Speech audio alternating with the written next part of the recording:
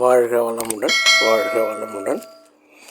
இன்றைக்கு ஒரு பகுதியாக சிறுநீரக கற்கள், கிட்னி ஸ்டோன் அப்படின்னு சொல்லுவாங்க.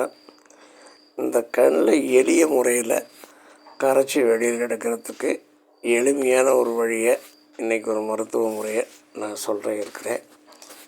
இதை நிறைய பகுதிகளில் இதை பயன்படுத்தாமல் இருக்கிறோம். பயன்படுத்தி பார்த்தா என்னன்னு தெரியும். ஆனால் இது பலவிதமான முறைகளில் இது ஒரு புதுமையான முறையாக இருக்குது. இந்த முறையை நான் இப்போ சொல்கிறேன். இதை நீங்கள் செய்து பாருங்கள். இப்போ ஸ்டோன் இருக்குன்னா அதுக்கு பல அறிகுறிகள் இருக்குது. மெயினாக பார்த்திங்கன்னா விழா பக்கத்தில் இடுப்பு கீழே வலி அதிகமாக இருக்கும், யூரின் போகிறதுக்கு கஷ்டமாக இருக்கும். இந்த மாதிரி ஒரு சில சிம்டம்ஸ் இருக்கும். உடனே என்ன பண்ணணும் அப்படின்னா, ஒரு 6-7 வெத்தலை எடுத்துக்கலாம். இல்லைன்னா குறைஞ்சது 5 வெத்தலை எடுத்துக்கணும். வெத்தலை எடுத்து இந்த உரல் மாதிரி இருக்கும் நம்ம வீட்டில் இடிக்கிறது, அதில் போட்டு அந்த வெத்தலையை போட்டு 2 எருக்கம் பூ, அதாவது மலராத பூ, நாளைக்கு மலர்கிற மாதிரி இருக்கும், அந்த மாதிரி பூ 2 பூ பறித்து அதில் போடணும். போட்டு முதல்ல இடிக்கணும். அப்போ தான் அந்த பூவுடைய விஷத்தையும் இந்த வெத்தலை முறிச்சிடும். அதுக்கு ஒரு சின்ன கொட்டைப்பாக்கு, சின்ன பாக்குத்துண்டு உள்ளே போட்டு மொத்தம் நல்லா இடிக்கணும்.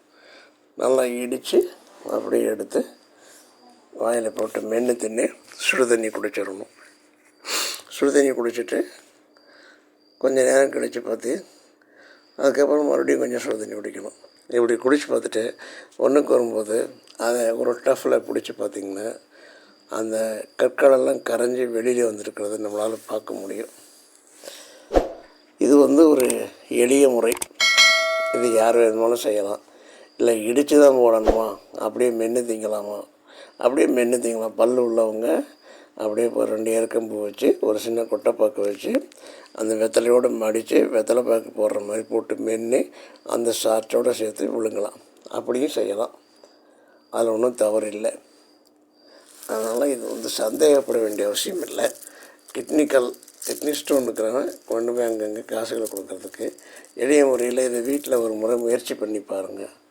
யாருக்கு வேணுமாலும் கொடுக்கலாம். யாராருக்கு கிட்னி மூத்திர கற்கள் இருக்குது அப்படிங்கிற மாதிரி சிம்டம்ஸ் இருந்தால் கூட இதை செய்து கொள்ளலாம்.